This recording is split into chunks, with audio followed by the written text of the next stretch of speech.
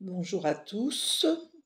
Donc Isabelle Mélodie Chopin, pour ceux qui me connaissent, qui préfèrent m'appeler Mélodie plutôt qu'Isabelle, mais c'est un nom que j'ai mis près du mien, près de celui de naissance, pour ne pas qu'on m'oublie, mais pour aussi exister en tant que Mélodie.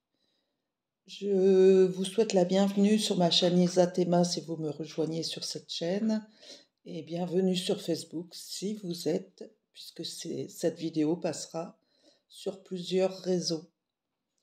Voilà, j'avais besoin de faire une canalisation, si tel est le mot, plutôt vous passer un message, j'allais dire, plutôt vous donner ce qui résonne à moi depuis quelque temps.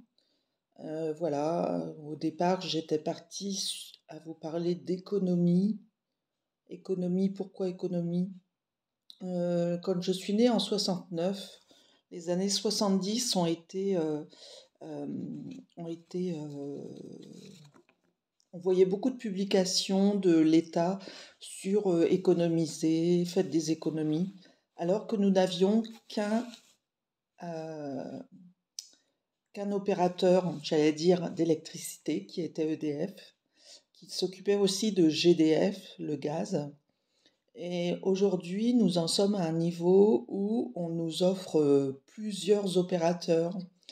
Euh, on ne sait pas si c'est vraiment français ou si ça vient d'autre part des fois, mais qui gèrent ce qui se passe chez nous au niveau de l'électricité.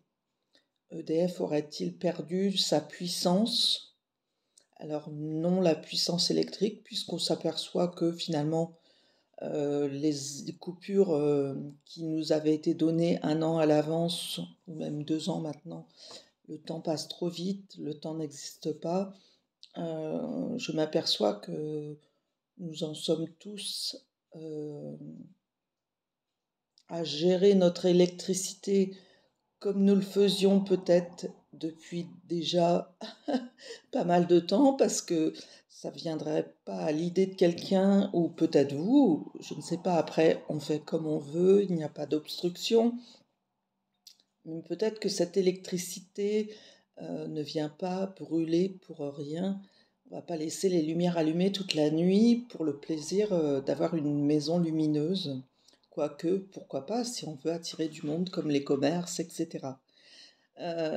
Cependant, nous en sommes arrivés à dire ça coûte cher et pourtant nous consommons toujours. Donc je me dis peut-être que nous sommes habitués à nous passer de certains produits et arriver à consommer des produits moins chers ou à consommer autrement. Ça, c'est, j'allais dire, euh, le témoignage que l'on entend dans certaines informations ou certaines émissions qui parlent d'économie, mais ça peut être aussi le constat de voir que nous ne pouvons consommer certains produits, ce qui empêche peut-être certains d'entre vous. C'est pour ça que l'on me disait, mais tu es gentil, tu fais des prix. Ben non, c'est pas par gentillesse, c'est parce que je sais bien que le pouvoir d'achat est complexe et donc je priorise le fait que l'on ait besoin de moi, que l'on ait besoin de discuter avec moi pour aboutir à est-ce que ça va aller mieux demain et comment est-ce que je peux me sortir d'une situation assez complexe, besoin de discuter sur l'ensemble de sa vie ou sur un thème de sa vie. Mais quoi qu'il en soit, voilà, les choses ne sont pas très faciles. Plus faciles peut-être pour les uns que pour les autres. Mais une fois de plus, comment gérer justement cette abondance ou pas, mais comment gérer le flux monétaire et finalement ne pas en faire un ennemi comme on dit, mais oui, mais on peut se passer de l'argent. L'important, c'est pas l'argent, mais pour moi, pour aller manger ou pour payer nos factures, c'est quand même l'argent qui est le témoin clé, j'allais dire, pour avoir l'argent, pour avoir cette consommation. Pour pouvoir consommer de l'électricité, pardon, ou du gaz, ou d'autres ou du bois, ou, voilà, ou du fioul. Bon. Euh, quoi dire aussi? Alors, il m'était venu aussi que la consommation, donc voilà, j'en ai parlé pour les grandes énergies, mais aussi ça nous pousse à consommer différemment.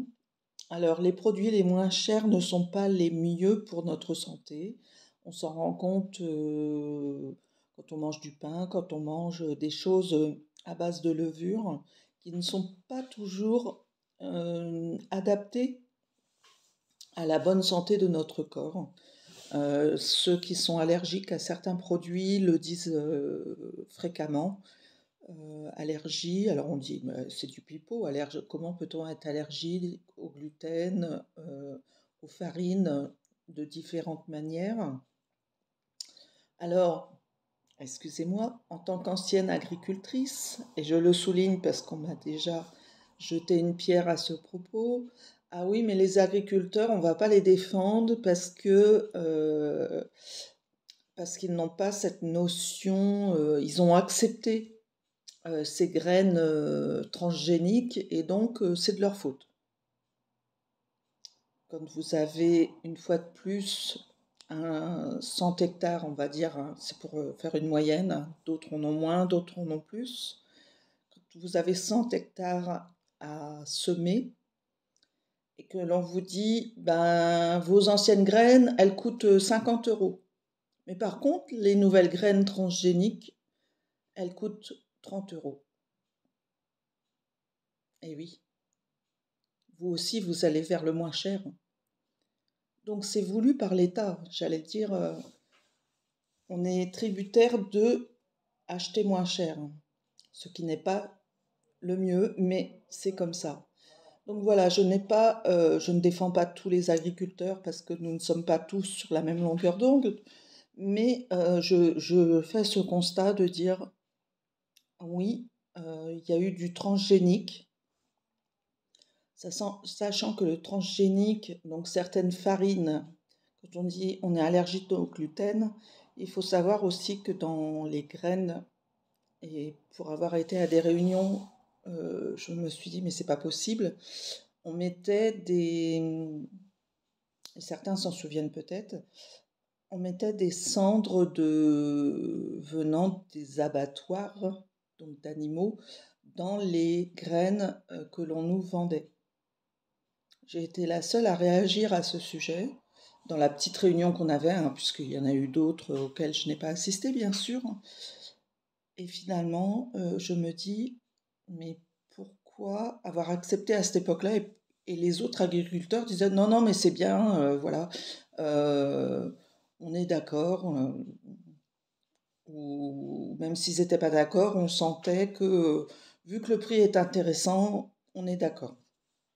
On a posé des questions sur le résultat qu'aurait cette graine par rapport à la consommation des consommateurs une fois que le blé serait mis en farine ou dans différents aliments, hein, puisque le colza, dans les moutardes ou d'autres aliments, peut aussi avoir cette matière farineuse et cendrée. Voilà. Donc c'est très difficile aujourd'hui de savoir qu'est-ce qu'on mange, ou on le sait, on l'a dit il y a une quinzaine, vingtaine d'années, on mange de la merde. Et si vous aviez le constat de ce que vous mangiez, en disant j'aime le pain, j'aime ceci, cela, mais est-ce que vous le digérez bien, votre pain? Est-ce que vous digérez bien vos aliments? Est-ce que des fois il n'y a pas des problèmes? Vous sentez que vous avez des douleurs, mais qu'est-ce que vous avez mangé la veille ou quelques jours avant? Voilà, tout ça, c'est des choses auxquelles on n'a pas tous le temps de regarder, mais finalement, voilà. Donc voilà, cette canalisation est peut-être incomplète, mais j'avais besoin de vous partager ça.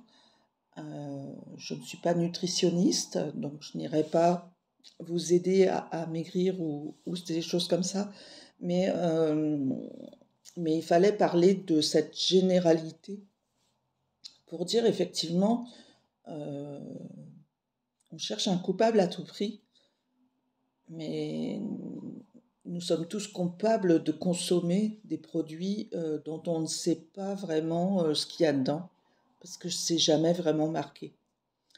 Donc, même s'il y a eu des efforts de fait, mais on se rend compte que finalement, voilà, ça reste très évasive. Euh, voilà. Je pense que je vais arrêter là. Je vous ferai une autre vidéo qui va aller dans ce sens aussi. Mais déjà là, c'est une information à prendre.